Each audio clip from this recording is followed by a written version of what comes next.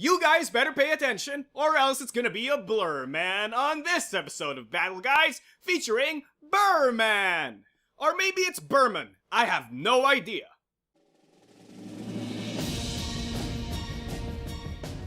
Burman is a defensive character who has powerful effects as well as absurd amounts of hit confirm. However, that does come at the cost of needing proper resource management, having conditional power, as well as having little to no mobility.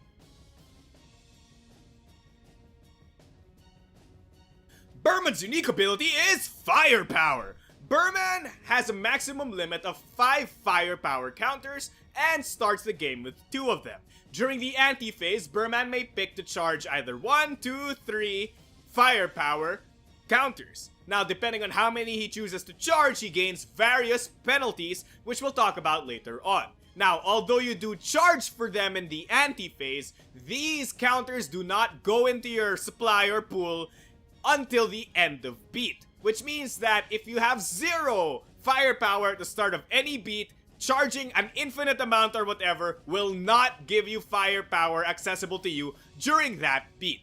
Also note that you can charge a number of firepower beyond your maximum limit. Say you have 4 firepower counters and you decide to charge 3, this is perfectly legal. However, if you did not spend any of your firepower, you will gain 3, but since you can only have up to 5, you will only gain 1, bringing you to the maximum of 5. Now let's talk about the charge levels. Charge level 1 gives Burman priority -1. This is almost always a inconsequential penalty because Burman has a lot of defense. However, if push comes to shove, 1 point of priority can make a big difference, and if you don't have enough stun guard, it can come back to bite you. Charge 2 gives you power -1 and priority -3. This starts ramping up on how much penalties you can take for the cost of your immense power. However, power -1 is usually nothing to scoff at on many characters, but Burman makes up for it by having a lot of plus power on his styles, be it due to his effects or due to the raw stats. Again, because of his high defense, priority -3 is rarely an issue. And finally, we have 3 counters. When you charge 3 counters, you get power -2, priority -5, and you ignore all movement effects on your styles and your base. This is the biggest penalty you can take, and this is arguably something that's very dangerous if you're not very careful. If you try to dash while at 3 charge, you're not gonna dash because you have to ignore all movement effects on your cards. This also includes the on-hit effect from things like Grasp. So, this is a very interesting charge level because it gains you the most amount of resources, but again, you have -2 power and -5 priority. Again, the priority is oftentimes inconsequential, but -2 power means that your trading potential goes boom to the seafloor. It's basically none. You basically have to lose the beat you use this on, but that's not a big problem, and we'll talk about that now. Now, this unique ability actually does nothing on its own, and in fact, it's just a way for you to manage Burman's immense firepower counters. These counters can then be spent on various effects on his styles, much like Marmalie can spend concentration on her styles. Again, much like Marmalie, Burman's styles are all optional, meaning that Burman doesn't actually have to commit to any of his firepower if he doesn't get to activate the effects. Now, here's an interesting thing about this unique ability, and it's that it emphasizes this concept of BattleCON, which I think not a lot of new players get to understand, which is the fact that sometimes you just have to lose. Burman is a character all about willingly losing turns. A lot of people tend to use their resources and everything just to repeatedly win turns, but sometimes choosing to play an attack that's less good or less effective is oftentimes the better play because next beat you will have a bigger chance of success. Burman is the epitome of this concept. He's able to take literal penalties using his unique ability to set up for the next beat by giving him more firepower, which he can then spend on his powerful styles. In the end, using Burman's unique ability is all about understanding how much you can lose in the beat. Sometimes priority -1 is literally nothing because you were planning on being second anyway, so might as well charge 1. If you were planning to not really trade that much, charge 2. If you are not even planning to move and you have decently high power, charge 3. It's all about understanding when and where you should be charging and how much you should be charging, and that really comes with experience, but most of the time it's just looking at the stats. Look at the stats, and whatever stats you don't need, oftentimes you can charge up to that much.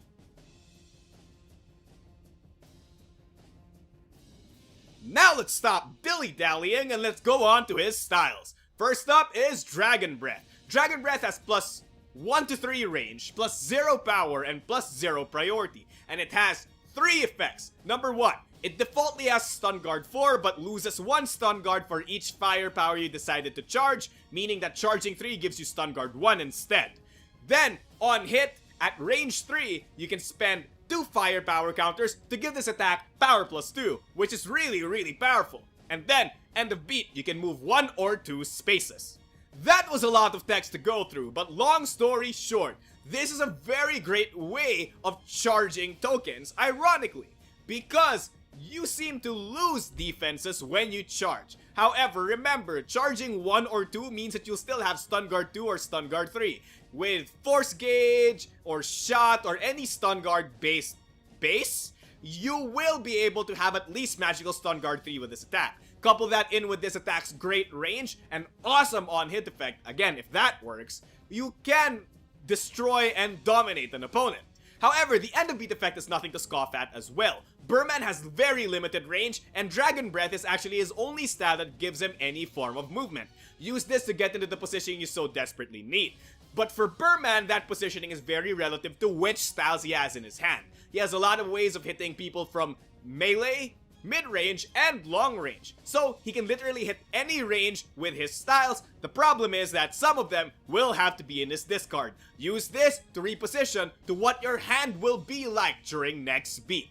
Now when it comes to attack pairs, I highly recommend pairing this with this unique base Might. Might gives it a lot of flexibility, especially because of that extra stun guard that Might provides. However, Might's on-hit effect allows you to spend firepower in order to push opponents. This can be very useful because you can then push opponents into range 3 and activate Dragon Breath's effect. Just remember that that only works if you're hitting somebody at range 2, because Might doesn't pull people, it only pushes them. Also, because of the big defenses that Might gives you, this allows you to charge 2 with Dragon Breath Might, which is very effective. I would recommend a charge 3, but you wouldn't be able to push people with Might if you do that, so I don't recommend it. But more than this, pairing this with Might gives you literally almost full board range, except for range 1. So use it when you're fighting against mid to long range opponents. However, if that's not your thing, you can also easily pair it with Strike. Much like pairing it with Might, Strike's innate defenses and big power contribute to making this attack pair quite powerful. As an added bonus, Strike doesn't really levy on any movement effects, meaning that you can charge 3 with this attack pair. That being said, it's quite powerful, and Strike's innate power 4 makes it so that you charging 3 isn't that bad, although it's still pretty bad if you trade with an opponent who has 6 power. Now, next up is War Mages. War Mages has range plus 2 to 4, power plus 2, and priority plus 1. It has 2 awesome effects. Start your beat at range 1, you may spend any number of firepower counters. Then, push them nearest opponent 1 space for each firepower spent this way. This is a very powerful effect. Given that this attack has minimum range, opponents in melee usually dodge this attack. However, if you start the beat off in melee, War Mages isn't actually a dead card. If you have enough firepower, you can push a melee opponent almost literally to the opposite end of the board, which is atrocious because War Mages has just enough range to be able to hit something at range 5, which is pretty darn good. But more than that, that start to beat effect also allows you to push opponents out of their range, meaning that if the opponent is playing a melee attack or an attack with range 1 to 3, you can easily dodge that attack if you have enough firepower. However, War Mages can also be played from long range. When you hit an opponent, you may spend any number of firepower counters and then pull them 1 space for each firepower counter spent. This is the other side of War Mages, is if you're against an opponent who's already far away from you and you want them to be very near. This is a very powerful attack pair because of its sheer versatility. It can be used in melee range and long range, and it allows you to counteract the people who would be at those ranges. Melee characters are pushed away and ranged characters are pulled in. It's very, very dangerous in the correct hands. Now when it comes to attack pairs, I highly recommend pairing this thing with Grasp. Grasp makes advantage of the extra range and extra priority very well. Plus, the added speed allows you to get that on-hit that much faster and pull that pesky ranger that much closer. However, that's not your thing, or if you're up against a melee character, I also highly recommend War Mage's Burst. War Mage's Burst allows you to activate War Mage's Start to Beat effect first, and then activate Burst's Start to Beat Retreat in order to form a giant gap between you and your opponent. As a plus side, War Mage's Burst doesn't really levy on its priority, meaning that you can charge up to 2 with this attack pair. It's quite powerful and quite effective, especially if your opponent doesn't see it coming, and then now they're stuck at long range against a Burman who can literally hit almost full board range all the time. If you wanted big payout attacks, Blistering is your style. It has Power +2 and priority -1, but don't let those stats deceive you because it actually has more priority in range than you think. Its Start to Beat effect allows you to spend 5 firepower in order to become active player, meaning that no matter how slow you are or how fast the opponent is, you will be first. Then you can discard 2 firepower to gain range +0 to 2, giving you magical range on almost any base you play. This makes this attack very, very dangerous, especially if you're at 5 firepower. And in fact, it's the reason why I almost always try to be at 5 firepower. Blistering is very effective, especially when paired with the correct bases. Pairing this with Strike allows you to counteract 2 of Strike's biggest weaknesses. Both Burst and Grasp levy on Strike only having 1 range, meaning that you can hit those people who are bursting and those people who are using Grasp. It's also very effective against characters who have Ignore Stun Guard or somehow, some way, have more than Power 5 because you can easily, and I mean really easily, just gain active player status using the Start to Beat effect and then outspeed them and hit them for 6. Either way, you usually hit them for 6 and it's quite powerful and they end up crying. However, if that's not your thing, you can also easily pair it with Burst. Again, Burst, much like Strike, has 2 innate counters, which is Drive and Shot. Both of these work because of the fact that they are faster than Burst. By using your Start to Beat anti, you can then make sure that you will be faster than them and then wreck their day, dealing 5 damage to their face at the cost of 5 firepower, which again, you can easily charge back up to max, no problem. Next up is Incinerating. Incinerating has range +0 to 1, power +1, and priority +0, but its effects are what truly make it devastating. On hit, you may spend 3 firepower to gain Ignore, Soak, and Stun Guard. This is quite powerful because opponents who are using slow shots and slow strikes can easily fall prey to Incinerating's powerful Ignore, Stun Guard, and Soak effect, allowing you to not only stun them, but then deal like 4 damage to their face, or even less if you decided to charge some firepower. However, more than that, on damage, you can spend up to 2 firepower to push that opponent that many spaces. Again, Burman, not being very mobile, has many ways of moving his opponent. So this is a great way to reposition yourself if you suddenly have War Mages and Dragon Breath in your hand the next beat, or if you just want to get a very, very good melee character off of your back. Now when it comes to attack pairs, I highly recommend this thing with Drive. Drive not only synergizes with the range to give you a very decently ranged attack, but it also has enough priority to make the Ignore, Soak, and Stun Guard work for you very, very well. Using Incinerating usually means that you don't get to charge because you usually want to be faster than the opponent, but you do get to deal 4 damage to them on the average, which is really, really good. And if that's not your thing, you can also easily pair it with Grasp. If you somehow need the extra priority to eke out a win against your opponent, Grasp is the way to go. It's especially powerful if your opponent's burst is down, as this doesn't have magical range 1 to 3.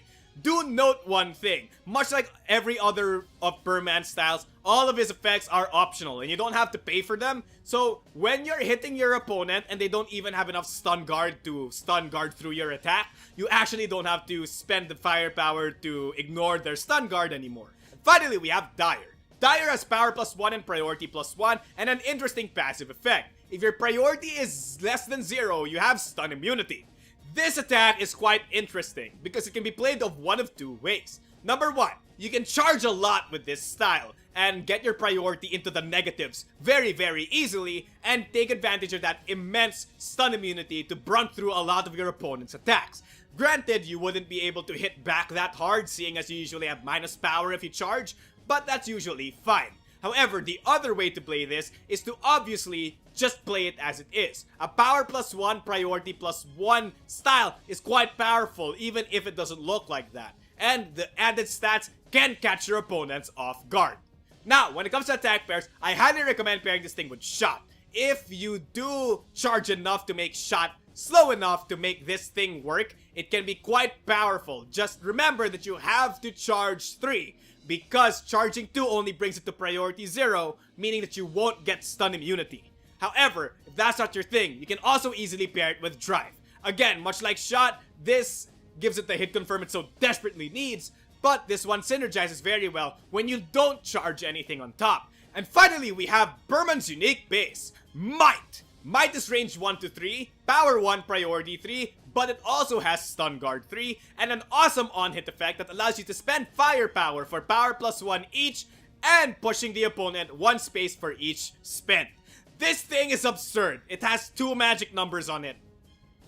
Do I need to say more? You can spend extra firepower and potentially get this to power +5, which is really intense, and you can push the opponent all the way to the opposite side of the board. Again, emphasizing Burman's lack of personal movement, but the ability to control his opponent's positioning. Now when it comes to attack pairs, I highly recommend this thing with Dragon Breath. Much like I've explained before, this pushing and Dragon Breath's range 3 effect synergize very well. Plus, the stun guard synergizes with each other, and of course, if you can charge enough up to 2, it's really good as well. However, that's not your thing. You can also pair this with Dire. Dire can be played in both ways with Might. You can charge a lot and make use of the stun immunity, plus the added range on Might to dominate an opponent and deal a lot of damage to them, although you don't get to push them anymore if you charge 3. And then, if that's not what you want, you can charge for nothing, and then just hit the opponent with a relatively fast attack with decent range.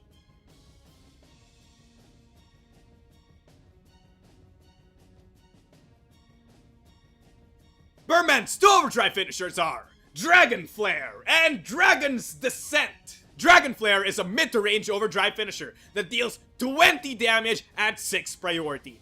This is absurd, but it's held back by its before activating effect that requires you to spend 5 firepower or else it will miss. This overdrive finisher is borderline OP because of its amazing hit confirm, amazing damage, and intense priority. It has no right to be priority 6 because even if the opponent has priority 6, finishers win clashes against non-finishers. Meaning that if your opponent isn't fast enough, they will die to this very easily. Now, given that you need 5 firepower to make it work, it's not that hard. Burman can get to 5 firepower within 2 turns that easily. So, if you can set it up properly, this overdrive finisher can be the biggest comeback you will ever make, ever. And trust me, I've seen people make comebacks with this overdrive finisher from games that they were literally losing like 18-1.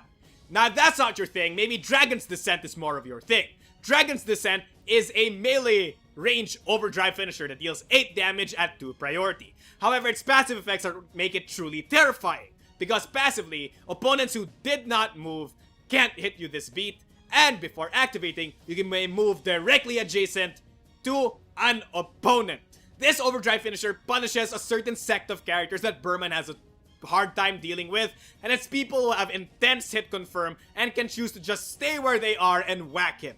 Burman really likes it if you have to work to get near him, but he kinda hates it when you're far away and you're not really doing anything but hit them repeatedly because you have enough hit confirm to deal with him. Well, this overdrive finisher can wreck you if you keep doing that strategy because you will miss if you don't hit him and then he'll teleport adjacent to you and whack you for 8. It's pretty simple. He will most likely kill you if you're not careful. Now, much like other attack pairs, Burman can still charge when he's doing his overdrive finishers. So if you feel like your overdrive finisher is not gonna kill the guy, charge still and don't worry about it. Your overdrives usually have enough priority and or stats to compensate, though I don't recommend charging on Dragon Flare because its priority is just that important. Now when it comes to the Force Gauge, the special action, as well as Burman's use of Pulse, Burman has an interesting time with all of them. Burman doesn't really need the extra stun guard or soak from the Force Gauge, but the extra priority and power are big boons to him. If he uses his power correctly, he can make certain charge beats, wherein he has power -1, into big beats that are still okay because he gains power +1 from Force Gauge. Again, priority works in the same way. You can often offset the negatives from your charging with enough Force Gauge antis. Just be very careful of opponents who have enough force to counter anti you. Now when it comes to using the special action, Burman actually has a lot of use for it. Mostly because of the fact that a lot of his styles are so dang good that you don't want to waste any of them on a dash. So, you can often pair dash with the force special action to not only gain more force, but give Burman more access to his powerful styles. And finally, when it comes to using Pulse, Burman doesn't really have a lot of self-movement. So, if you've saved enough force, using a Pulse on yourself to move closer or further away from the opponent is absolutely okay, considering that you barely have any movement of your own.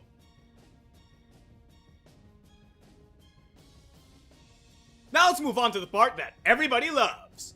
Burman Advanced Strategies and Combos. Burman Advanced Strategies can be summarized into 3 easy points. Number 1, lose to pay. Losing as Burman, quote unquote, is really not that big of a deal. You basically have to embody the fact that sometimes, some ways, you're gonna have to give up advantages now for bigger advantages later on.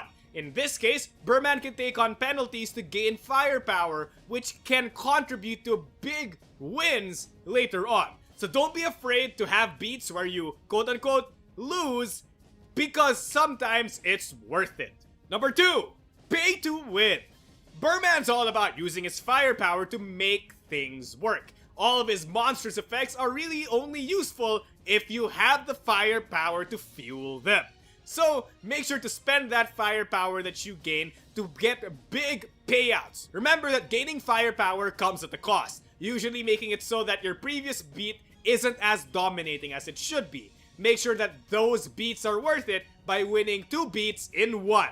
And finally, we have both. You can lose to pay, and you can pay to win, and you can do both in the same beat. Burman's biggest layer of strategy involves knowing when and where to spend his firepower, but also when and how much he should charge.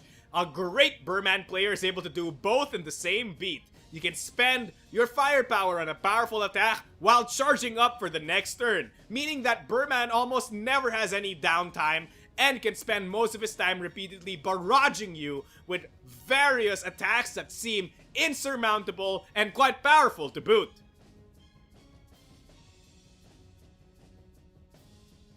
Now let's move on to some Burman combos. Number 1, Blistering Strike. Blistering Strike is a big payout attack, it deals a lot of damage, can be absurdly fast, and can sometimes have magical range 1 to 3. It's a very powerful attack pair, and the best part of it all is that if your opponent doesn't play the right attack, you don't even have to spend any counters on it. Next up is Incinerating Drive. This thing is powerful, can deal a lot of damage, and if the opponent isn't savvy enough, can get them stunned no matter how much stun guard they have. Again, the great thing about this is that if you don't need the effect, you don't have to spend any counters on it, which saves you up on counters for the next beat, which is quite powerful indeed. And finally, we have Dire Shot. Dire Shot is one of the safest attacks you can charge 3 with. It'll have stun immunity, it'll deal at least 2 damage to your opponent, and you'll gain 3 counters. It's not that bad. If you're in desperate need of some counters, Dire Shot is the way to go. And that pretty much does it for this episode of Battle Guides, featuring Burman, who's the Blur Man and the Fur Man. This episode was very fun for me to make because I love Burman. He's my Fate main. I mean, I said that about Seraphina, but she's the character I'm most interested in. But Burman is the character I'm most practiced in. He's a very interesting character and it's a good balance of knowing when to lose, knowing when to win, and knowing when to do both. Now, if you guys like the video, like the character, or like the game, I highly recommend checking the description out below for more level 99 game stuff. I'm sure you'll find something you'll love. I know I have. Again, Millennium Blades, Pixel Tactics, BattleCON, Exceed Fighting System. There's so many games that I actually absolutely love in that store. Now, if you guys have any questions or suggestions that you want to address to some BattleCon veterans or to me, you can check our description down below for our links to our forums and community websites. We're very friendly. If you guys want to know more about BattleCon lore or something like that, description down below for the BattleCon wiki, where you'll find lots of lore tidbits as well as some information and FAQ on the cards. Of course, if you guys have any questions for me specifically, you can check my email down below and email me, or just write in the description. I read every single comment you guys give. Now, without much else to say, don't forget your special action, and don't forget the special action, and thank you, World of Indines. Thank you, and good night.